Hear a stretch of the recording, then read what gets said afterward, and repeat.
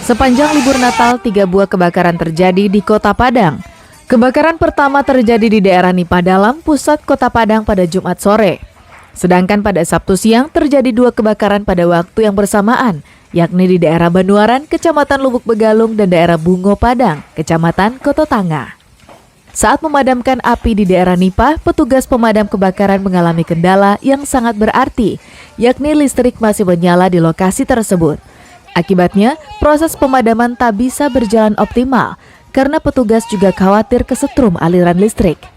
Namun demikian, sambil menunggu petugas PLN memutus aliran listrik di daerah tersebut, petugas berhasil mendinginkan rumah yang terletak di kiri kanan rumah yang terbakar.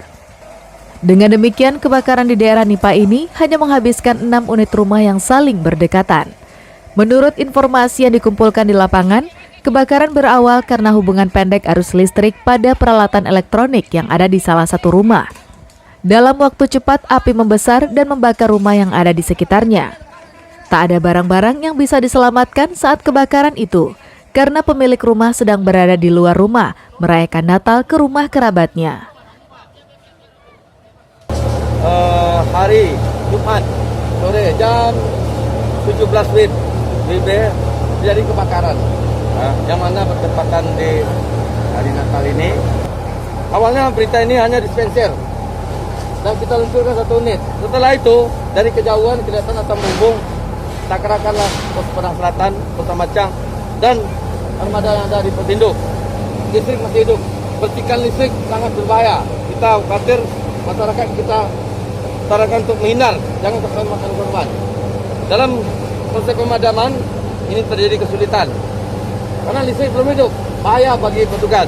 Sedangkan pada Sabtu siang, petugas juga mengalami kesulitan saat memadamkan api di daerah Banuaran.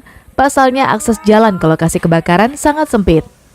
Hal tersebut diperparah dengan kerumunan warga yang hendak menyaksikan kebakaran itu. Di saat yang bersamaan, kebakaran juga terjadi di daerah Bungo Pasang, utara Kota Padang.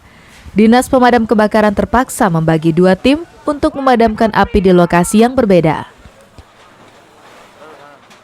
Untuk kebakaran ini sangat sempit, padat merayap masyarakat ya. Jadi dalam beberapa hari ini kebakaran cukup bertubi-tubi ini ya.